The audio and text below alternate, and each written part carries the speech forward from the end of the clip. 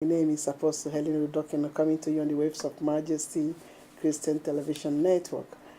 This afternoon, we have a very important broadcast, which we think is going to be a plus to every parent out there. It is about the economics of nurturing healthy children within the first 1,000 days of life. So as an introduction, we are hosting a live TV event on the economics of nurturing healthy children within the first 1,000 days of life.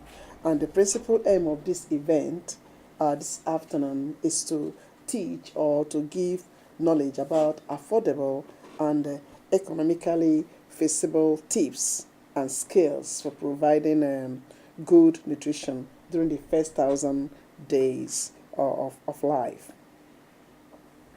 From a woman's pregnancy to the period of childbirth. So that is what is popularly called the first 1,000 days of life. So within this activity, we wish to demonstrate that unborn children may be secured against healthy risk before they are born. And this may be done at a cost that is affordable by everyone. Here we look at the cost of investing in the proper nurturing of healthy children. Does it have to cost much, or are they affordable options? Just like, many people think it is too difficult to raise healthy children and yet make it affordable. So we have a dietitian who is in the studio already, who will be helping us know the ways we can raise healthy children, yet in an affordable way. So this session will equip our community with useful domestic economic skills for the first 1,000-day period of life. So our main guest this afternoon is Miss Mary Jane Ten, who is from the Diëtistenpraktijk Gezond and Lekker in Amsterdam. Is that? That's correct. So, Diëtistenpraktijk Gezond and Lekker in Amsterdam. Mm-hmm. You are in Southeast. Yes. Yes. All right. So, welcome, Ms. Jane. Thank you. Thank you for being with us today. Mm-hmm. Thank you. We appreciate the time you've made to come to at least add to what we are doing in the community. And we also have a mother who has raised children from the African community. She is here to just give a support to what Miss Mary Jane will be doing today. So help me welcome Miss Rejoice.Dotse. Thank you. Auntie Rejoice, welcome. Thank you. Thank you for being Glad here. to be here once again. All right, so please feel free to give us a call on our studio line, which is 023-374-160, should you have any question for Miss Mary Jane. All right. Now, relax and tell us the best which we're supposed to know today as a dietitian. So my first question is, as a dietitian, how important do you think is the message of a healthy lifestyle for all? Yes. Not only for the infant, yes, but for all. For everyone. Yes. Well, I think it's part of life, being healthy. And if you're healthy, you feel, usually, I hope, happier, and you'll be able to do the things you want to do. Yeah. Whether that be working or playing or doing sports. If you have a healthy base, then you can live well, I think. So it's very, very important for all of us. Yes. Yes. So would you look into the camera and in a nutshell tell us what really is healthy lifestyle? Well, a healthy lifestyle is not just one thing, but it's a complex thing of different things, like our diet, of course, and as a dietitian that is what I will promote, but of course it's also exercise, and what's also important is healthy sleeping. Sleeping well enough so you can balance your work and your life. So it's a complete package of all those different elements that bring us to a healthy lifestyle, I think. Wow, Yeah. awesome. So as a dietitian, and our topic today is nurturing healthy children during the first 1,000 days of life. Okay. Are there some tips which you think you can give to expectant mothers, pregnant mothers, or also mothers who are already nurturing children within this group, the first 2 years? Are there some important tips which you think you can give to mothers who are watching us right now on the best way to, nurture and make sure that their children are healthy? Yeah. Well, I think what we talked about just now, the healthy diet and lifestyle in general, of course. But I think it's also important, especially for the mothers, but maybe also for the fathers, to be relaxed and enjoying their new life with their baby. So also being happy about life in that way, because it's a different way of living than maybe if you didn't have any children and suddenly you have a child. Yeah. So being relaxed is I think also important. Okay. And know that it's not one way that is correct, raising a child, but it could be many different ways. Okay. It's important to feel well in doing that as well. And maybe you need some advice from your people around you or from other health practitioners. Yeah. And together you make your own life and be happy in that. Because sometimes I think they can be very stressed. Am I doing it right or not? And be worried. But that's in a sense also not good for yourself or for the child if you're always stressed. Yeah. So I think that being calm and enjoying your life. Okay. And finding the balance. In that. All right. But what I'm trying to get out from you, Miss Mary Jane, is the nutritional or the dietistic aspect of it. Yeah. So what tip do you think you can give to these mothers who are watching us right now on the best way to nurture and raise their kids within the first 1,000 days of life in a cheap way, in an affordable way? Well, because most of the time we think it is to live healthy will amount to being expensive, but that is not it. So as a dietitian, I want to hear from you. What can you tell a mother who is watching us right now? Well, it starts with just as the baby is born, if it's possible to give breast milk, of course, and that of course is the healthiest food for the baby. And the cheapest, in a sense, if it's correct. So that starts with breastfeeding, I think. Okay. And that's of course until the child is so many months, and then you start giving it maybe some first bites of food. Yeah. And maybe people think, well, I have to buy the food that is already made in those jars in the stores, but it's also fine to make it yourself. And that might be cheaper than buying the ready-made food that is available in the market. Wow. Yeah. So making your own food and blending it and feeding that, because a baby only needs a few bites at the beginning, so you don't have to start with a lot. And things like freezing it in, putting it in a freezer in small portions. You could use an ice maker tray. Yeah. You know those trays? And put small portion, because that's a small portion that you can freeze, and take out the small portion to feed your child. So you can prepare vegetables and then put it in the freezer. So that's I think an economical way to So when you are preparing now you made mention of, is it only vegetable? Can you just mention some of the items? Well, which it depends on which phase, of course, the child is. Yeah. If it's a young baby that's just starting to eat, then you preferably start with a bit of vegetables. Yeah. So then you start with the vegetables, and then later maybe a bit of fruit, and once it starts to be older, of course, then other items come in place, and that can be whatever meal you prepare for yourself. The most important is if the baby is under 1 year old, is not to prepare it with salt. So you would prepare maybe a bit of vegetable or I don't know, you make some rice, but don't add salt. take a little bit away that you would give your child, and Yeah. then you can finish making the meal the way you want for yourself. Okay. So that's, I think, an economical way, and you Yeah. also save time because you Yeah. only have to prepare one meal. You don't have to cook separately Yeah. for your child. But the most important, until 1 year old, no salt. That's the important thing, I think. Yeah.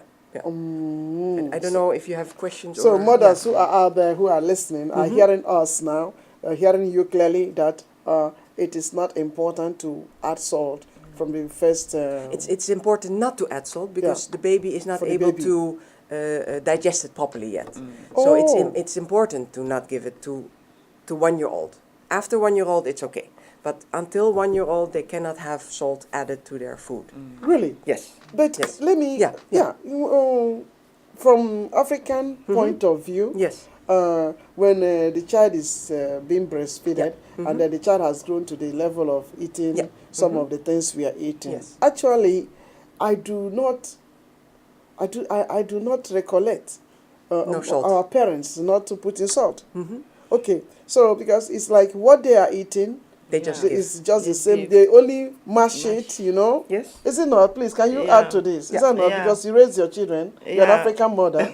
Yes, that one is true. Maybe from 3 months going, then they start. Mostly we give the breast because by then there was a milk, but we don't use the milk. We use the breastfeeding mostly. Okay. Then we start with the pap made from roasted corn. Yes. And we add some groundnuts and we have special spices that we believe gives good health. Okay. Yeah, we add to it. We roast all of them. Then with the meal, then we use it for pap Yeah. Okay. for the children. Yeah, so that's what they'll be feeding on with the breast milk until maybe from 6 months going. Then we start something. So what the parents, especially our mothers, Yes. yeah, because you, the mother, you like to give a special food, but they don't want it that way. They say what you eat, you give to your child. Yes. In a sense, that's correct. Yeah. Yeah, so that's what they do mostly. So they just, maybe a rice, or we have a special, this food we call banku and the okra soup with a spinach or green leaves. Mostly we like the greens. Yeah, so that's mostly what they used to give the children. Yeah. So that one, because it's draws, so the moment they give the child, then it goes there. The child is already swallowing, Yes. you know, Yeah. some- Because of the okra and the greens. But so is that good as a dietitian? It's okay in a sense, but the thing is that what we learned is that the kidneys of a baby Yeah. doesn't work well, so that's why the salt is important. But Yeah. of course we have to remember that, and that's sometimes the difficult thing is that in Africa the weather is very different from here. Yeah. So that could be very well that maybe it's okay. Yeah. So I cannot talk about that. Yeah. Yeah. But what I know in Holland is Yes. that we do advise that it's not healthy for the baby Yes. until 1 year old to give added salt. Yeah. So those who are listening to us, Yeah. because this broadcast is for those who are here in the Netherlands Yes. and who Yeah. are Yes. members of Southeast, Exactly. so that they ought to know that Yeah. if you are a mother and you are listening Yeah. to us, you are from the migrant community, please know very well that you do not need to give salt to Until 1 year a old. child Yeah. who is just less than 1 year old. Yes, correct. So correct. because their kidney cannot handle it. Yeah. So Yeah. you can That's- give them You can give them hot food, vegetables, but without adding the salt. but first. without Yeah. adding salt. Yeah. Also, Yeah. this is very, very important. Yeah, it is very Because, important. because you know, we have brought the same mentality from home Very- yeah, Yeah. of and course. then into the new culture. Yes. And then we are still feeding the children the Yes. same way. Yes, Yeah. yes. And the thing, I think the difficulty about that is, on the one hand, in a sense, it's okay, but because your environment is different, Yeah. it has to change a little bit Yes. to the environment you're in. And Yeah. then it's a different culture and weather type. Yeah, And yeah, Yeah. so yeah. that's important, I think. Wow, yeah, that's yeah. a very good tip. Yeah. Now, that is to children who are already born. But may I ask you something? What tip do you have for the pregnant woman? Yes. The pregnant woman who is expecting to deliver, how can she eat healthy so that what she's eating doesn't affect The baby. the yeah, baby? Yeah. Can you please tell us? Well, in a sense, it's not much different than if you are not pregnant. You don't have to eat for two. That's, I think, a very important thing. Many people think, well, I'm having a baby, so I have to eat for the lot. baby as well. but you don't have to eat for the baby as well. You have to eat healthy for yourself, and if you eat healthy, that will go to the baby, and that's okay. Yeah. So that's important. If you think about nutrition, I think I don't know how deep you want to go into that, but what questions you might have about what issues or what things we have to look at in the diet? What we want to know is how would she eat? Then she's healthy.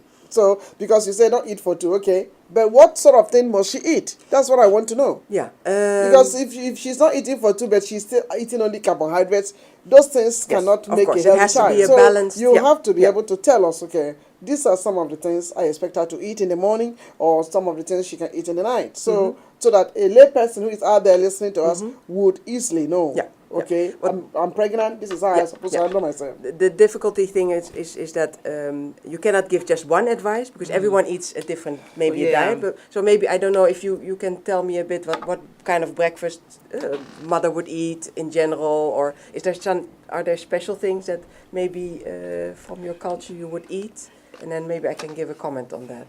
Okay. Most of us, the African women, it depends on your situation. Some people, if they are pregnant, they throw out. They cannot eat. They cannot do anything. Yes. And there are some people, to me, for example, I don't throw out. I rather have more appetite. Yes. Okay. So I eat a lot. Yes, during your pregnancy. Yes. Yeah. Okay. So I eat a lot. Yes. So I eat whatever I feel like eating. I don't have any special food that this is what I'll eat or not. So whatever we cook, that is what I eat. Yeah. Okay. But those women who maybe they can't do that, they vomit or they throw out. Most of them, they have special taste for some certain things. So that is what they eat. Okay, maybe I can then give a tip for those women who do have the difficulty of throwing up and feeling nauseous. That's a common effect that unfortunately many pregnant ladies have. Yeah. And one of the most important things is to divide your food more throughout the day. We are maybe normal having 3 meals a day. We say you should have breakfast, you should have lunch and dinner. And if you have the trouble being nauseous, it's easier to maybe make it smaller meals and maybe eat 6 times a day, or maybe even 8 small little bit throughout the day, so you can control the nausea. Because many, if you feel nauseous, you feel like not eating maybe, but if you don't eat, the nausea becomes worse. So you have to make sure you eat little during the day, not too much, because then also you get nauseous again. So a little bit, and then you can make sure that you don't get nauseous. That's actually the way it works. And one of the tips also we give is that you say, well, okay, when you wake up, usually they already start by feeling nauseous early in the morning. Yes. So before you even get up, you should have next to your bed maybe some drink, a bit of water, and maybe some dry cracker, and nibble on that before you get up. And once you get up, then hopefully that makes it feel better. Now, of course, every person is different, so some are okay with that, and others still feel very nauseous. But that's trying to adjust to that. So when they are pregnant, what are they supposed to be eating? Well, like I said, not any different, but if you think about it, should be a balance between the carbohydrates, and if it's a porridge or if it's bread, preferably the whole meal, the volkoren bread. It can be, and of course, vegetable, fruit, a bit of meat or fish or chicken, if they eat that. Legumes, the beans, is also very important to eat at least once a week. We advise. Milk, I don't know, in milk or yogurt or carne milk. I don't know if women will take that, but during the pregnancy it would be good to have some of and a bit of cheese maybe. That those are things. And for some, maybe drinking enough. Make sure you drink your water and preferably maybe 1 coffee if you do want to drink coffee, but not too much. Okay, coffee. And some tea. Okay, so if I may understand, you are saying to pregnant women in general to eat little bits of of what they're supposed to eat. They are not supposed to eat for two. No. Like there are some who like to eat for two. Yes, So exactly. they shouldn't eat for two. That means you don't eat for the baby, you just eat the portion that is meant for you. Yes. But there are also some who naturally they eat big. What are they supposed to be doing now? Yes, of course, it depends indeed what you are used to. Yes, and they are indeed used you to would eating big. continue. Yeah. Yes, before they become pregnant. Yes, and the thing is, if then they become conscious of well, should I do that or not? Yeah. Then indeed it is good to take a look at your diet and say, okay, do I make sure that I get at least the portions that I need to eat? And that might mean reducing a little bit of certain items of your food that you're used to eating in a large amount. Because it is not good for your health in general to eat large portions, but also not good for the baby maybe to eat so much, because you gain a lot of weight, and that's the issue. Okay, when you in gain health. weight, the child is gaining weight too. Yes, Yeah. yes, And then exactly. what's the consequence of that to a child? In the sense that the baby, once it's born, it can be born very large, high weight, and then in life it could become overweight as well. So that's something you give your child from the start, and that would be too bad.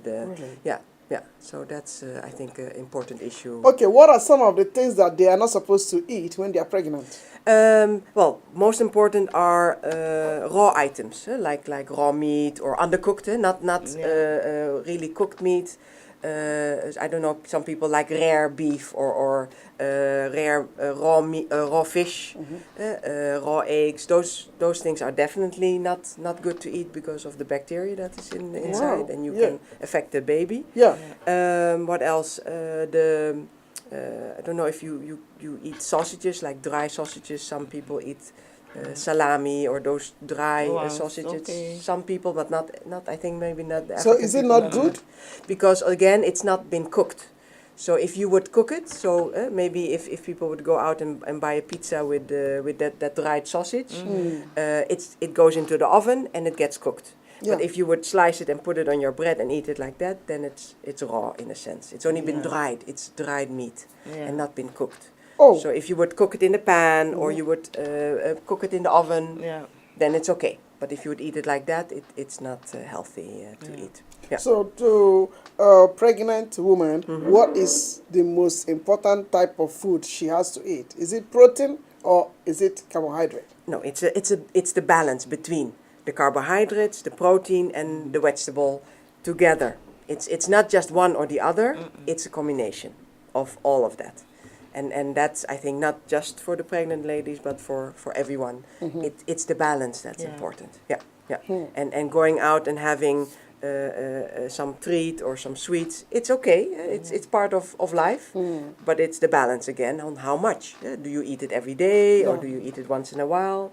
But the main thing should be the balance between the carbohydrates, the protein, and the vegetable and the fruit, of course, and drinking water as well. Yeah. Well, those of you who are just joining us this hour, this is the Majesty Christian Television Network. We are having 101 with Miss Mary Jane Tan, who is a dietitian, and we are discussing on the economics of nurturing healthy children within the first 1,000 days life. So, would you have any question, please feel free to give us a call right now on 020 3374 160, and you can discuss or you can forward your questions to the dietitian, Miss Mary Jane Tan. Thank you so much once again, and I would like to know from you, are there some tips that you can give to parents with minimal income? Because now, we know that Southeast, they, from research, they said to us that Southeast have the poorest community. Yeah. Now, so how can parents minimize, how can parents with minimal income still raise their children within the first 1,000 days in a very economical way? Yeah. How can they be able to do that? I think it's being able to afford correct nutrition for their kids. like I mentioned before, it's thinking about what will you buy, what will you need to buy. Do you buy things that are already ready made, which cost usually more, or are you able to prepare it yourself, and maybe prepare a larger portion that you freeze and every time take out, so you have you prepare for a longer period of time on a smaller budget. But we have also heard that when you prepare food and you just freeze them, because I mean, you people try to contradict some issues sometimes. Okay, yes. We hear frozen food, they are not good, and here you're telling us to freeze it again. So what can I believe now? Well, that's always difficult. There are always different opinions around. But freezing food, if you do it correctly, that you if you cook something, you make sure that it cools properly and then put it away in the freezer properly. Okay. You make sure that it's covered and wrapped up properly. I don't think that there's any issue, any problems. What's maybe important is, again, if you want to use something that's been frozen, that you make sure that you defrost it properly in the refrigerator, preferably. So you have to plan a little bit ahead, that you say, okay, tonight I need this vegetable or this meal, and I take it out and put it in the fridge. Mm-hmm. Of course, the larger the portion, the longer time it needs to defrost. Yeah. But especially for children, I think it will be small amounts, so then it will defrost quite quickly. Mm-hmm. And reheating it is important as well, making sure that you warm it up properly to a certain temperature, and then making sure that it's warm and hot. Yeah. And of course, when you feed it, it should cool off a little bit for your child. Mm-hmm. And then I think it's perfectly healthy, and it can help you with maintaining a lower budget meals, I think, because then you prepare for a longer period of time. Because then you can go maybe to the market, and if certain vegetables are now on sale, you can buy maybe a larger amount and prepare it and put it away in the freezer, so you have later in time also still the same vegetable. Yeah. Yeah. From your idea, yes. How do you feel? Joyce, from your knowledge, are there ways you think we can help to minimize costs, or to still eat good, even though our monies we are not very rich enough? Yeah. Okay. Yeah. For the average African family, are there ways you think they can still eat healthy? Yeah. Because here with a low cost. Yeah, the reason is because here we have a lot of variety of food here. So as how our dietitian said it, you don't need to go and buy from the shop the jug ones or the bottle ones for your child. Oh, so, because some people thought if I buy the shop ones, which means I'm okay, or people will say that, oh, you are not feeding your child well. No. You prepare it yourself. You go to the market, you buy the normal food. Because there are a lot of variety, especially the vegetables, the fruits, and all those things. They are very cheap. €1, carrots, €1, broccoli. Sometimes you get it 50 cents. And all those things. And even our local food, you can get a lot in the market that you buy, then you prepare, as she said now, that you preserve them, so that it's not every day that you'll be cooking. Yeah, exactly. Even with the older ones, so it's not every day that you put a pot on fire that you are cooking. Yeah, it's true. You make a big soup down, then you share it, you put it in the freezer. Yeah. Exactly. So when you are back from work, you are tired, once you are going out, you just take it out and keep it. Before you come, it's defrost. Not that you don't put the frozen this thing into the food into the microwave to defrost. Most of the time, to me, I don't like it that way, so unhealthy. I put it down. Yeah. So before I come, it's already defrost, so you only heat it or warm it up and eat. What I think what you're mentioning also is a bit of planning, a bit of thinking ahead, that it's not only just today, but maybe the rest of the week, or maybe in the next month. This vegetable is on sale, I'll buy it, I prepare something, and then put it away, and also preparing the next day, okay, what am I going to eat? I have this or this, well, let me take it out before I go to work, like you mentioned. So it's also a bit of planning and making sure you know what you have and what you need, so you can work on that small budget. So I think that's the combination that you need. But the question is, you think that a child that is being raised that way will be satisfied? I think so. Yes. Yes. I believe so. It's what you give your child. You know, it's how you yourself, you train your child. What you have, you give. Exactly. So don't Very force important that. part. Yeah. Don't force that. I went to my friend's place. They are doing this, so you are forced to do. Whilst you don't have the means, you have to be content with what you have. So what you have, you give to your child. I mean, that is what I do. What I have, I give you. So Yes. if you ask me something I don't have, I said wait.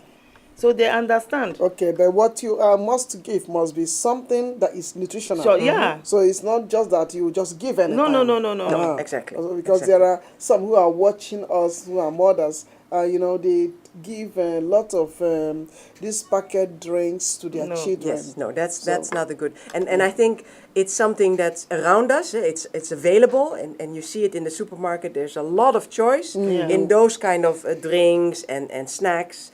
And of course, everyone, even we as adults, but also children, see it. It's very colorful, so you want to have it. But those things are not healthy. Plus, it costs money. So those things, if you can avoid it, it's not part of our general health to need those things. It's something that we want because it has a certain sweet flavor or certain appeal to us. But those things are not what we need. And of course, the child will ask for it. If once they're a bit older, they'll see it on TV or friends will have it. And that's what you were saying. I'm glad to hear you say that is something that you as a parent have to teach your child. No, this is not what we do on general, maybe once in a while. But this is what I feed you and this is what you need to eat. And if that's what the child will learn, that is normal. And that's the way we do things at our house. And you also teach them, okay, some other families might do it differently, but this is our family and we do it in this certain way. And that can also help you, if you're clear yourself as a parent, this is what I want, I don't want those extra things. It's easier to teach your child the same thing. We know very well that raising kids in a very healthy way is very, very important. Very, very, and we are talking about the first 1,000 days life. Sometimes I'm just on the shopping complex, and then more especially at this season of summer, you see kids in the pram, and the parents are really feeding them, stuffing them with ice cream. So I want to know from you as a dietitian, this, to what extent can a child take ice cream really? Well, in this, it's mainly the. I think a baby should not be eating the ice cream. No, they are giving them, and then there was a case of a child I saw. This child, just rejected herself with cry. She was crying and crying inside the pram because the parents were eating this ice and then they've not given yet to her. And then the moment they put it, you see the way she just grabs the thing, and then the moment they remove it, this child will gather crowd with her tears. So I was wondering, how can a child be controlling the parents this way already at this age? Well, that I think has to do not so much with the nutrition itself, but with nurturing and how you raise your child and teach your child that sometimes they are different in age, and a baby or a young child cannot eat the same as an adult. So to what extent can they take ice cream just to if it's really a small child, maybe a lick just to taste it's okay. But if a whole ice cream, which you also see sometimes that they get their own, I would say that's too much, really too much for a child. You should share a little bit with your child, a few bites, that's okay. And if you do that from the start, that you teach a child, it's just for the taste and a few bites, and that's enough, because their stomach is very small, so they won't be able to eat the next meal if they give their full-sized ice cream. So just a few bites, and if you start early on, then you teach your child that this is what you get and not more. But is you can ask for it. But is it really important to give them, because we are talking about nurturing them in a healthy lifestyle, okay?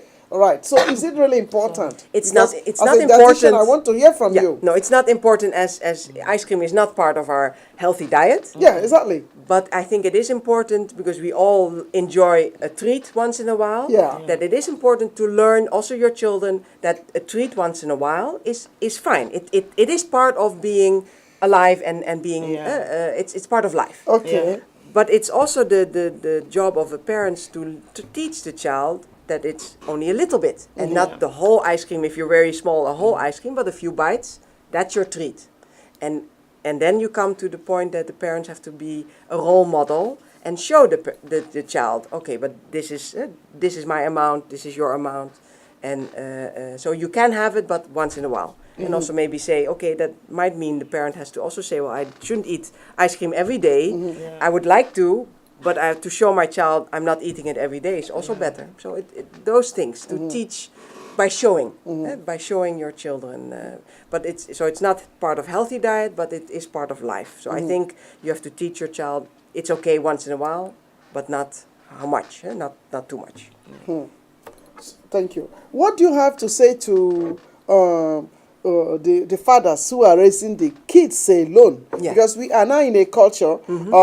What I'm asking you is not very rampant. It's not very common among the African community because we all are brought up with father and mother. Yeah. But now we're in a culture where you can be single parent. Yeah. It doesn't matter whether you are a woman or a man. Yeah, that's correct. So to women, it's very easy for them to maybe dissect all of this, which has to do with healthy lifestyle, and then nurture the kids well. But to the fathers, to a father, a single father, is it what they call them? Single father? Yeah, I think so. Yeah.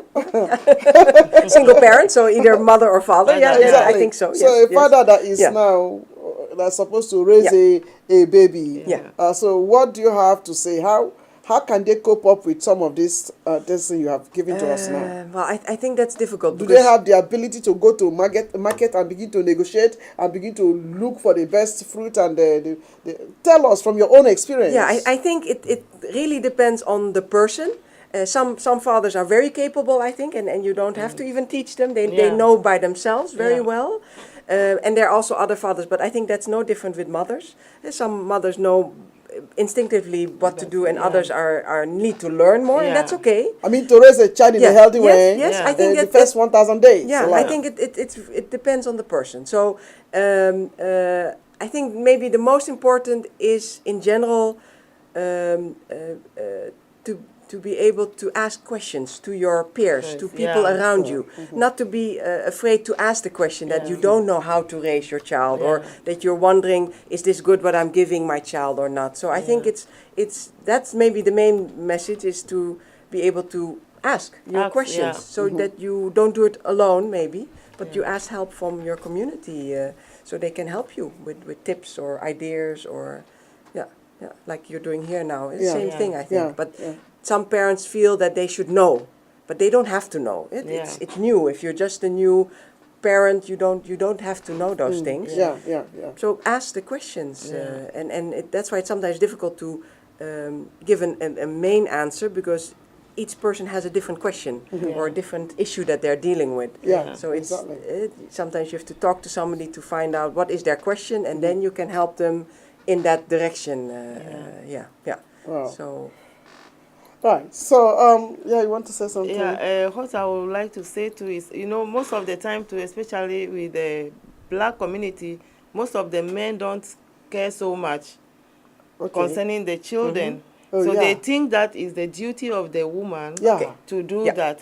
So I think it's now that why those of us who are here, most of them is now that they are, because every time you have to go to the clinic or something, you have to go with your man. So it's now that here. Yes. But back home it's not like that. No, so it's only the mothers. It's only the mothers. Yes. So maybe if your parents are there, then they help you and give you more advice and on how to do. But here it's not like that. So it's now that the men are trying to cope with their wives to do that, or to help. To help. So that in that part I'm happy about it. So I would like to say that the men too should come together with their wives to learn more. Exactly. It's not only the nice. women who have to know, Yeah, because it's anything true. can happen. What about if your wife pass out today or something like that? So you have to Yes. continue with the good work. Yeah. So you have to take care of the children. Exactly. So they have to come together and learn more. So Yeah. it shouldn't be the burden of the woman alone. Yeah, should be the parents together. Yeah. Yeah, I agree. May I ask you this question? It may be funny. Yeah. Are there some parents who have come to you because your practice is here in Yes. Southeast, Yes. Yeah. who have come to you and they want to know the best way to raise their children, to give their children a better, healthy lifestyle Yeah. within the context of 1,000 days? Yes, in a sense, yes. I often get a lot of parents, and indeed still many mothers come, but there's also fathers that come, sometimes together, but sometimes alone, that want to know what to change in the diet of Yeah. their child, or Yeah. what they can do. And the nicest indeed is if the parents come together as a family, and because it's not just one parent that has to change or adjust. Yeah. Yeah. It's both parents, and they have to agree on the way they want to maybe cook their meals or Yeah. change the diet. So it's not just only the mother or not just only the father. It should Yeah. be together. Yeah. That would be the best. But they do come. They definitely do come with questions. Wow. And then it's easier to discuss their personal situation. Yes. Yeah. Because in general, it's always very difficult to speak in generals. But then people say, well, this is not my situation. So what does it happen in my situation? Yeah. Yeah. Which is very personal, of course. Yeah. Yeah. So, do you also often see people from the African background Yes, I do. coming in to ask questions like this? Yes, I do. Yes. So And are there some positive results as well? yes, I believe so. Yes. That they change, that they learn to change their habits Yeah. or adjust a little bit. Yeah. Or yes, they Yeah. do. So Yeah. that's nice to see. Yes, definitely. Yeah. I want to give Apostle Larry the opportunity to ask a question because he has been trying to raise his hand. Apostle, please, can you just ask a question to our guest? Well, we see a lot of eating problems among people, and of course, when the feeding problems are there, then eventually it's passed on to the unborn child as well. So I don't know what has been your experience in terms of how many people you've been dealing with who are maybe pregnant women or people who have just had babies and have to raise their children. I don't know what you've dealt with in terms of the eating problems or the nutritional problems that you have come across so far. And what exactly do you mean with eating problems? What can you give me an example? What do you Let's mean? say they eat the wrong type of diet, which of course may lead to their children having obesity and Yes. other health problems. Yes. So have you had reason to intervene in some of the cases that you have seen handled? The way I work is in the whole aanpak, Amsterdamse aanpak, and the first 1,000 days. Yeah. So I do get a lot of parents referred to me by the GGD. Yeah. So that for that reason, and it can be that they are indeed obese or overweight. Yeah. But the other side could be that there are children and also parents that don't eat very well. That they Yeah. eat too little or not well enough. So then they get referred to me. And in a sense, yes, a lot So get what referred. have you seen in terms of the problems that they come up with? What are the issues that you have noticed that they bring to you? In some cases, it's just not knowing, not realizing that the way they are eating is not healthy. If it's the child and it's a young child, it's and they don't want to eat very well. Yeah. It's also sometimes again the parents not knowing how to deal with that. How do you approach a child that doesn't want to eat? And as a parent, you want to feed your child. Yeah. You want the child to be healthy. Yeah.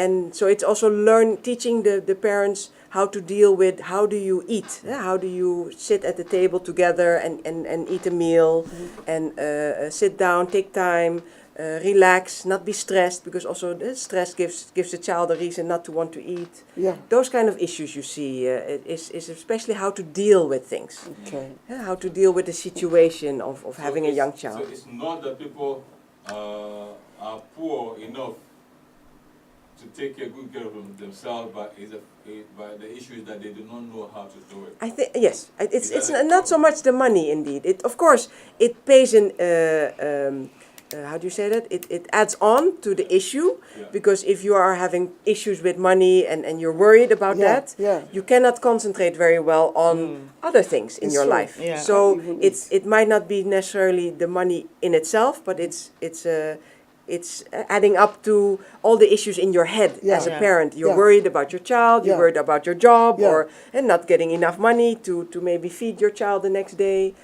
And that doesn't give you the rest Yes, it's true. to deal with your child if he's indeed not eating very well or if he's throwing a tantrum and wants to, needs a bit of attention. Yeah. So if you're not rested, and that's what I meant in the beginning, if you as a parent are not rested and relaxed, then it's difficult to pass that on to your child. And the Yeah. child will feel stressed Yeah. and anxious Yeah. as well. And then it adds up to the child not wanting to eat anymore because he Yeah. feels the pressure of, I have to eat maybe. Yeah. You don't know exactly what a child is thinking. Yeah. But so it's an adding up, so that makes it difficult, I think. And if you teach the parents to maybe relax and take a moment to also give yourself, as a Yeah. parent, a moment of peace and relax, and then it's easier to approach your child and help your child. Exactly. Yeah, yeah. Exactly. Wow. Awesome. Awesome. Now, my last question is, are there places that parents who do not have enough, because I just heard you say sometimes the problem is not having enough or not eating enough. Yeah. So I was thinking it's just maybe a problem of eating too much. But now hearing this, that, that be some both people ways. Yes. may not even have enough to eat. Yeah, yeah. It's So my question is, okay. are there places where parents who do not have enough to feed their kids within the first 1,000 days can go to be able to get some food? Yeah, if they're really low budget and don't have enough income, there's of course the voedselbank where they can go. But then the government has to see how much you earn and what are your capabilities of money. Yeah. Then you can join the voedselbank and to get a package weekly with some food to bring home. Indeed. Yeah. Oh, so yeah. in other words, provisions are even being made. There's no reason for parents not to feed their kids well within the first Of course, 1,000 days. it's not easy because the voedselbank relies on food that they get from supermarkets and so on. So it might be a bit difficult because you don't always know what you get, but at least it gives a bit of a basis, and from there you can add on maybe things that you can do. Wow, thank you so much. Yeah. And the last question has to do with the raw meat. You made mention of the raw meat. Yes. Not eating of the not eating of raw meat, raw fish, raw egg, or salami. The dried meat, sausage, yeah. But my question now is, there are some parents I've seen with my eyes. Yes. You know, parents who are eating this way and they are also giving to the child. Yes. Is that healthy or not? No. So that's important to really emphasize that especially young children and elderly are more vulnerable to getting sick from maybe bacteria that are inside. Usually adults are maybe more resilient, so they can manage and it's okay. Yeah. But it's the young children and the adults that you have to watch out for. So it is important not to feed your young children the raw meat or the raw fish. So you are saying to us boldly, as a dietitian, that parents should not give their children who are within the first 1,000 days this what they call raw meat or raw fish. Raw fish. You know, there's this popular one that they eat. Yeah. The sushi, the herring. Yeah. Well, from the age of 1 year, in a sense, a child can eat everything, the same as we as adults. Okay. But still, you have to realize that a younger child is more vulnerable than an older child or an adult. So use your common sense to say, okay, you might want to eat the raw meat, but don't feed it to your young child. Yeah, Wow, yeah. awesome. So the first 1,000 days, don't feed it. That would Wow, be then the awesome. message. Yeah. Thank you so Yeah. much. So what's your final message before we sign off from this program now, which you just want, what do you want to leave behind? What do you want those who have listened to us to remember of this The healthy today? diet, the healthy lifestyle for the first 100,000 days. Yeah.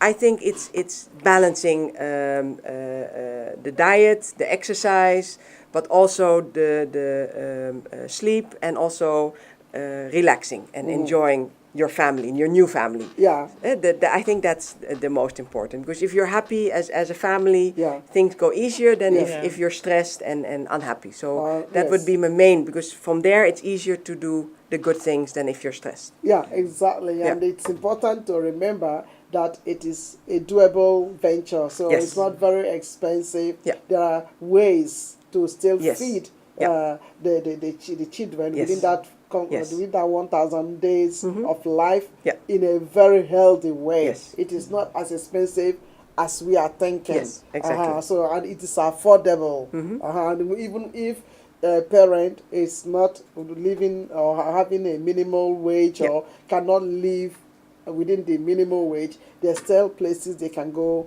and then Yes. they can be supported. Yes, exactly. All right. Yeah. So we have no reason not to raise the kids in Yeah. a healthy way. Yes. That's what you're saying. Yes, exactly. Thank you so much, Yeah. Mary Jane, You're for being welcome. with us. Thank you for so having much. me. Thank you. so Thank much. you. Thank you so Thank much. you so much, Sarah Joyce, Thank for you. being with us. Thank you Well, so much. viewers, this has been the broadcast for today, and we hope you have really enjoyed it and you have learned something too. The good news is that it is affordable. We can live healthy, and our kids can live healthy, and it is affordable. It's a doable venture. So the dietitians and the nutritionists, they are all are giving us information that will help us have a very healthy lifestyle. Thank you for watching, and God richly bless you.